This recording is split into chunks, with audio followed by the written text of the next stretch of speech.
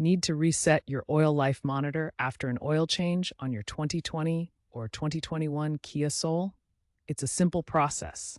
The oil life monitor calculates oil degradation based on driving conditions, and resetting it after an oil change is crucial to clear the warning and ensure accurate alerts. You can do this manually through the infotainment system or, in some cases, remotely via the Kia Connect app. Let's dive into how to do it manually, as that's the standard method. Turn the ignition to the on position without starting the engine. This is important to avoid erroneous data. Use the OK button on the steering wheel or the touchscreen to navigate the infotainment screen.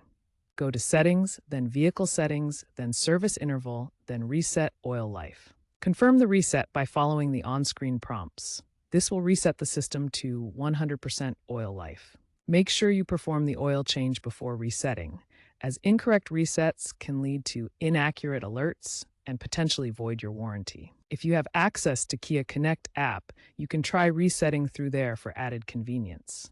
If you experience issues, a dealership firmware update might be necessary.